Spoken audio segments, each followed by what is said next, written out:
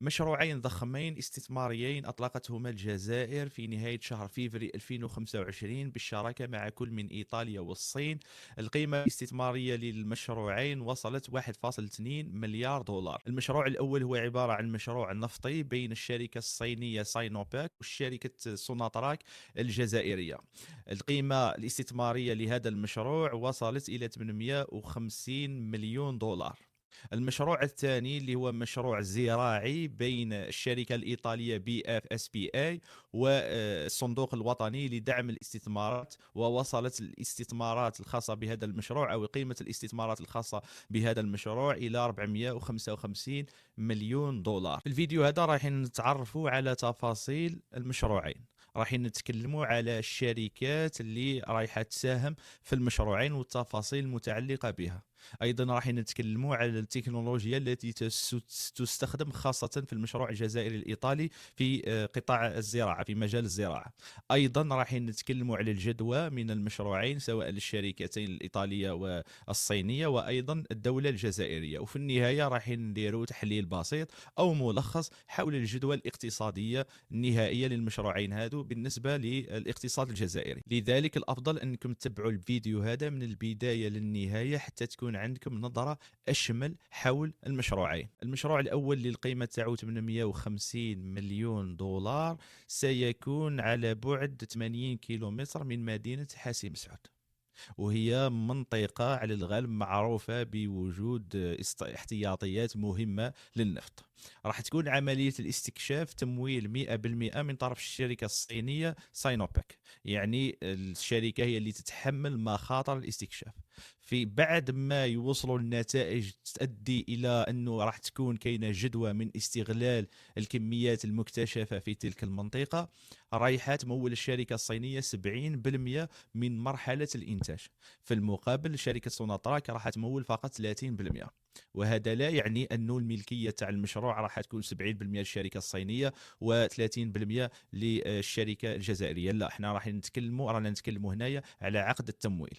أما الملكية معروفة حتى اليوم أنه حق الاستغلال راح يكون فقط 49% للشركاء الأجنبيين، في المقابل 51% على الأقل راح تكون لشركة سوناتراك. حسب حجم الاستثمار هذا المقدر ب 850 مليون دولار في مرحلة الاستكشاف، هذا راح يخلينا نتوقع إنتاج يومي ما بين 30 ألف إلى 60 ألف برميل يوميا. إذا اعتبرنا أنه متوسط سعر البترول يكون في حدود 80 دولار، هذا يخلي حجم المبيعات مستقبلا راح تتراوح بين 800 مليون دولار حتى ل 1.6 مليار دولار. وهذا اللي يخلي مداخيل الخزينة العمومية مستقبلا تتراوح بين 300 مليون دولار حتى 600 مليون دولار. هذه مداخيل الخزينة فقط من الجباية البترولية، بالإضافة إلى أرباح شركة سوناتراك ومداخيل الدولة الجزائرية من العملة الصعبة عن طريق التصدير. شركة ساينوباك شاينا بتروليوم كيميكال كوربوريشن تأسست سنة 2000. القيمة السوقية تاع الشركة هذه وصلت ل 112 مليار دولار. ايرادات الشركه في اخر سنه حتى الاخر سنه 2023، يعني ايرادات الشركه سنه 2023 تجاوزت 445 مليار دولار. الشركه وصل انتاجها من البترول الخام الى 770 الف برميل يوميا، يعني تقريبا 280 مليون برميل سنويا. أما بالنسبة للغاز وصلت الشركة إلى إنتاج 36 ألف مليار متر مكعب. بطبيعة الحال الشركة هذه معروفة أكثر في الصناعة البتروكيماوية ولديها استثمارات كبيرة في هذا المجال. أهم استثمارات الشركة بالصين استثمار في الغاز الصخري باكتشافات وصلت إلى 1.2 مليار برميل. أيضا مشروع للبتروكيماويات بالصين القيمة تاعو 5.25 مليار دولار، بالإضافة إلى مشروع آخر لتعزيز قدرات الصين في إنتاج النفط والغاز وصل إلى 11.8 مليار دولار. يعني استثمارات ضخمة وكبيرة داخل الصين. أهم استثمارات الشركة خارج الصين مصفات للنفط في سريلانكا، اللي المشروع هذا وصلت القيمة تاعو قيمة الاستثمارات فيه 3.5 مليار دولار.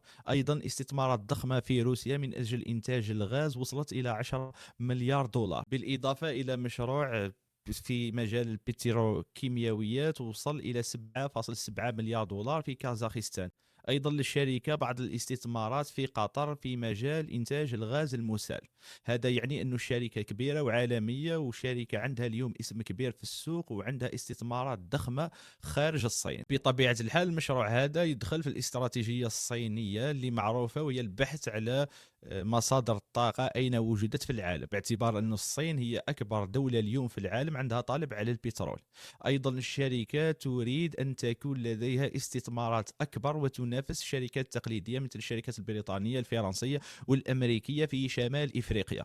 بالنسبة للجزائر، الجزائر تبحث على تنويع الاستثمارات الأجنبية في قطاع الطاقة، خاصة أنها تلجأ حاليا إلى الصين، باعتبار أن الضغوطات السياسية تكون على الغالب أقل من الغرب حاليا بالمعطيات اللي عندنا حاليا. أيضا هناك مرونة في العقود، وأيضا استخدام معروفة للكفاءة والمردودية، بالإضافة إلى تكلفة أقل عند الشركات الصينية اللي تبحث على التموقع أكثر. بالتالي فهي تحاول أنها تنشئ مشاريع استثمارية بأقل تكلفة ممكنة وبتنافسية ممكنة. بالنسبة للجزائر معروفة أنها دوما تحافظ على القاعدة 51-49 في المشاريع الاستثمارية هذه، وهذا اللي يخلي دوما عندها صعوبات كبيرة في الحصول على عقود استثمارية مناسبة، خاصة في مجال الاكتشاف اللي على الغالب معروف أنه يحمل مخاطر عالية، لأنه الشركة اللي تقوم بالاستكشاف وبعد ذلك الإنتاج هي اللي تتحمل أغلب التكلفة في مرحلة الاستكشاف. وبالتالي المشروع هذا جد مهم للجزائر، ويعتبر مشروع راح يزيد في إمكانية الجزائر من الإنتاج تاع البترول مستقبلا، اللي يدعم الخزينة العمومية وأيضا يدعم لنا مداخلنا من العملة الصعبة. في نفس الوقت الشركة هذه معروفة أكثر في مجال البتروكيماويات، يعني الصناعة التحويلية في مجال البترول، وهذا اللي يخلي كاين آفاق استثمار مستقبلا في هذا المجال، باعتبار الجزائر اليوم وصلت حتى أنها تصدر المنتجات هذه بعد ما حققت الاكتفاء الذاتي. سابقا كنا نستورد أغلب ما نحتاج من البنزين مثلا، وهذا اللي يخلينا نوصلوا للنتيجة أنه المشروع هذا يدخل في إطار استراتيجية استثماراتية معروفة، ونظرة لقطاع الطاقة معروفة في الجزائر انطلقت فيه منذ سنوات، وراح يكون عنده فائدة على الجزائر في قادم السنوات، خاصة بعد سنة 2026 حسب الدراسات أنه ممكن نتجه للإنتاج مباشرة. المشروع الثاني واللي راح تكون القيمة تاعو 455 مليون دولار، شراكة بين الجزائر وإيطاليا في مجال الزراعة. المشروع هذا راح يكون على مساحة تاع 36 ألف هكتار في منطقة تيميمون. المشروع هذا راح يكون عبارة عن شراكة بين الشركة الإيطالية BFSPA اللي راح تساهم في المشروع بنسبة 51%، والصندوق الوطني لدعم الاستثمار بنسبة 49%. المحاصيل المستهدفة 70% راح تكون مخصصة لإنتاج القمح اللين، واللي عند الجزائر نقص واستيراد كبير من كميات كبيرة من هذا النوع من القمح. 30% راح تكون موجهة لإنتاج البقوليات، العدس، اللوبيا، الحمص وما إلى ذلك. أيضا مستقبلا راح يكون كاين إنشاء مناطق صناعية من أجل صناعة منتجات غذائية وصناعة تحويلية، والشركة هذه أيضا معروفة بالنوع هذا من الإنتاج. المشروع هذا حاليا راه منطلقوا فيه، وبدأ تهيئ البنية التحتية من أجل القيام بعملية أول زرع اللي راح تكون في نهاية سنة 2025 بالضبط نوفمبر 2025، ومن المحتمل ولا من المفروض أن يكون نهاية اكتمال المشروع في حدود سنة 2026، يعني بداية سنة 2026. حق الاستغلال سيكون في حدود 40 سنة قابلة للتجديد أو إضافة سنوات أخرى. المشروع راح يوفر لنا آلاف مناصب العمل في حدود 6700 وظيفة حسب الإعلان عليه، يعني حسب الإعلان على المشروع راح تكون عندنا 6700 وظيفة. الاسم الكامل للشركة بونيفيكا فيراريزي. القيمة السوقية للشركة هذه وصلت نهاية سنة 2023 إلى 102 مليون دولار. إيرادات الشركة وأرباح الشركة في آخر سنة 2024 وصلت إلى 1.2 مليار دولار، وتمتلك أراضي زراعية في إيطاليا بمساحة 7785 هكتار. الشركة هذه بدأت تزيد رأس المال تاعها، وراهي عندها مخطط باش توصل 300 مليون دولار، وهذا بالهدف إلى دخول خاصة الأسواق الإفريقية.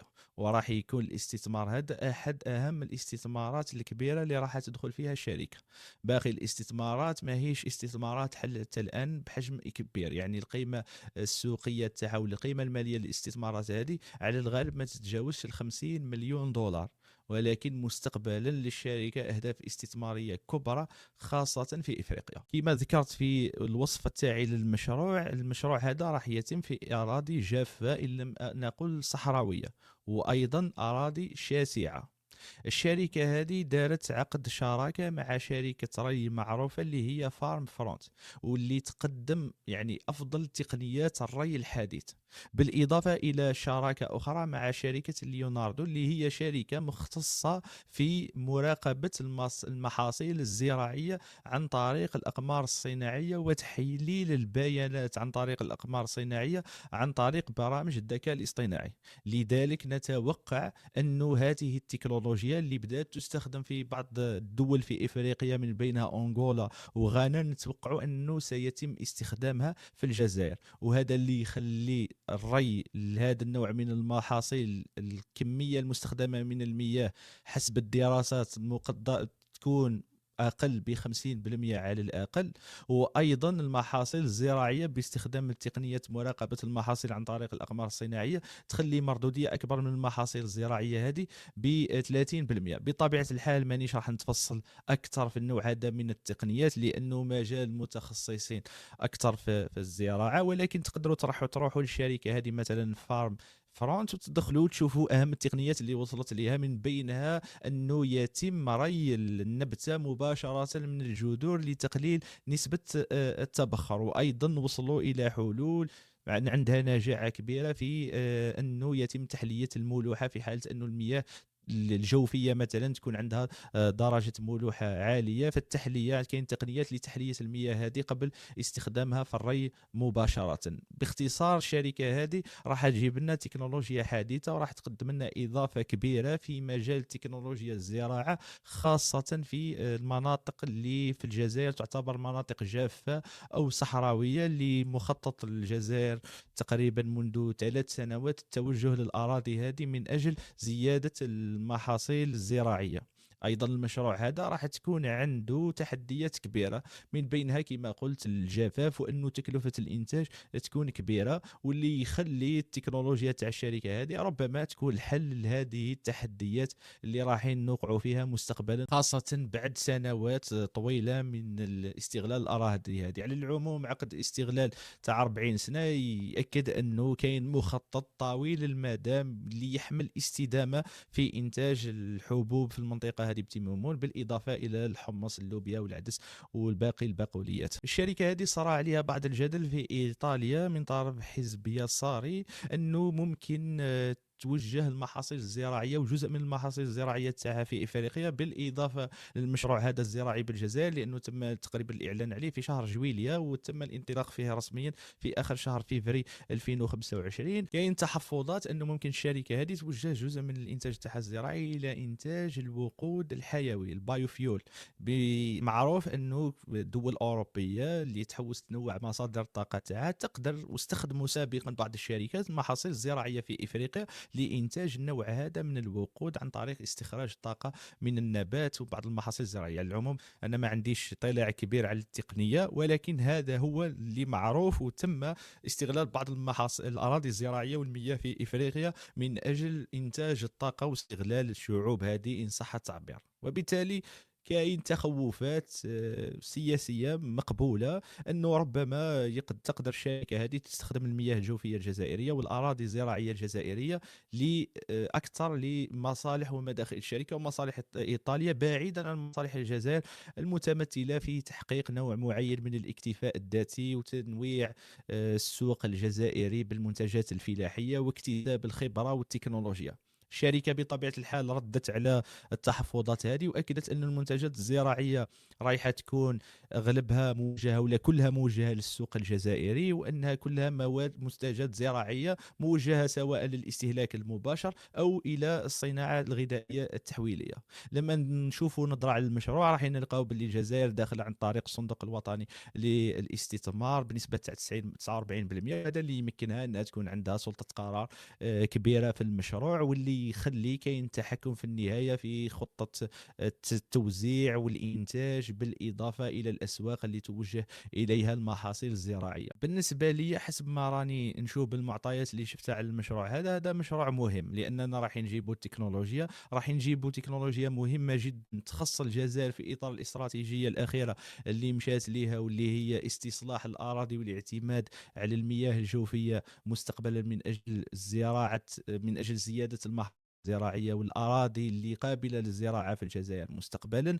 أيضا التمويل راح يكون جزء من الشركة الإيطالية، بالإضافة إلى تطوير البنية التحتية الزراعية الجزائرية، خاصة في المناطق هذه، مثلا تيميمون اللي معروفة أنها مناطق ريفية اللي البنية التحتية تاعها حتى الآن ضعيفة. والأكثر من هذا توفير مناصب عمل للسكان المحليين اللي معروفة نسبة البطالة في المناطق هذه كبيرة والقدرة الشرائية منخفضة، يعني إعادة إحياء المناطق هذه عن طريق المشاريع الاستثمارية هذه الكبرى. مشروع جيد نتمنى النجاح تاعو، راح يكون عنده إضافة كبيرة للاقتصاد الجزائري مستقبلا في حال تحقيق الأهداف المنتظرة منه. أنا مرات تسقساوني قالوا لي واش رايك ولا النظرة تاعك فيما يحدث اليوم في الجزائر على الصعيد الاقتصادي؟ قلت أني راني نشوف باللي ربما رانا في الاتجاه الصحيح، ولكن رانا نمشوا ببطء. النوع هذا من المشاريع يزيد يأكد لنا أننا نعم مستقبلا رانا في توجه اللي ممكن نبداو نخلقوا هذاك الاقتصاد المتنوع بعقلانيه بطبيعه الحال، لانه الناس راهي تتوقع انه دوله كانت الناتج المحلي تاعها الاجمالي يوصل هبط حتى ل 140 مليار دولار، بقدره قادر تولي من بين الدول اللي عندهم ناتج محلي اجمالي 1000 مليار دولار. لا، هذا الامر راح ياخذ سنوات ومراحل ومراحل. كاين عوائق، كاين واحد البيئه اقتصاديه مازالت اليوم اداريه سائده في الجزائر، نعم، ولكن كاين مشاريع استثماريه كبرى اللي على الغالب تكون بمرافقه وزارات وعلى مستوى عالي في صناعة القرار في الجزائر، نشوفوا أنها مشاريع استثمارية في محلها. وهذو الزوج مشروعين من بين المشاريع اللي ممكن راحين يكونوا عندهم إضافة كبيرة للاقتصاد الجزائري في حال طبعا تحقيق الأهداف المذكورة وراء هذين المشروعين. يهمني ثاني أني نقرأ التعليقات اللي تحمل آراء حول ما تم التطرق ليه في الفيديو هذا، وأيضا واش رايكم في المشروعين هادو، اذا كاينه فائده اقتصاديه مستقبلا للجزائر منهم، او مجرد مشروعين راح يخدموا اكثر. الشركتين هادو الاجنبيتين راح يكونوا مشروعين خاسرين بالنسبه للجزائر، وما كان حتى فائده ترجو من ورائهم للاقتصاد الجزائري. بطبيعه الحال نتمنى انه الجوده تاع التعليقات راح تكون بنفس جوده الفيديو هذا، بمعنى اخر انه لما تمد استنتاج اعطينا الحجج تاعك والمعطيات تاعك اللي بنيت بها هذا الاستنتاج، حتى التعليق تاعك يكون عنده معنى كبير ويؤخذ بعين الاعتبار، ويطري لنا النقاش حول هذين المشروعين. ورايح نحاول اذا في حال توفر الوقت ندير مباشر ونناقش فيه التعليقات اللي تستحق المناقشه وتحمل حجج وارقام ومعطيات، لانه الهدف اصلا من القناه ماشي فرض وجهه نظر بقدر ما هو اننا نستفادوا من بعضنا ونحاولوا كيفاش نكونوا عقلانيين وموضوعيين قدر الامكان. وهذا مستحيل ان نوصلوا ليه الا باننا نكونوا متفتحين على وجهات نظر اخرى، بشرط ان تكون عندها معنى. وباش تكون عندها معنى لازم تكون مبنيه على حجج، ماشي فقط احكام مطلقه وحنا ناخذوها هكذا فقط لانه شخص قالها. لا، مثل ما بنيت المنهجيه تاعي في الفيديو هذا. ما تنساوش تشتركوا في القناه باش توصلكم الفيديوهات القادمه. ايضا اذا ممكن انكم تتفاعلوا مع الفيديو هذا حتى توصل المعلومات المذكوره فيه الى اكبر عدد ممكن من المتواجدين على منصه اليوتيوب، وهكذا يكون الجهد المبذول في تقديم هذا النوع من المحتوى اللي اغلبه يعني تقني ويحتاج تركيز وجهد في تقديمه يكون عنده جدوى، ونتشجعوا باش نزيدوا نديروا فيديوهات مستقبلا. يعطيكم الصحه.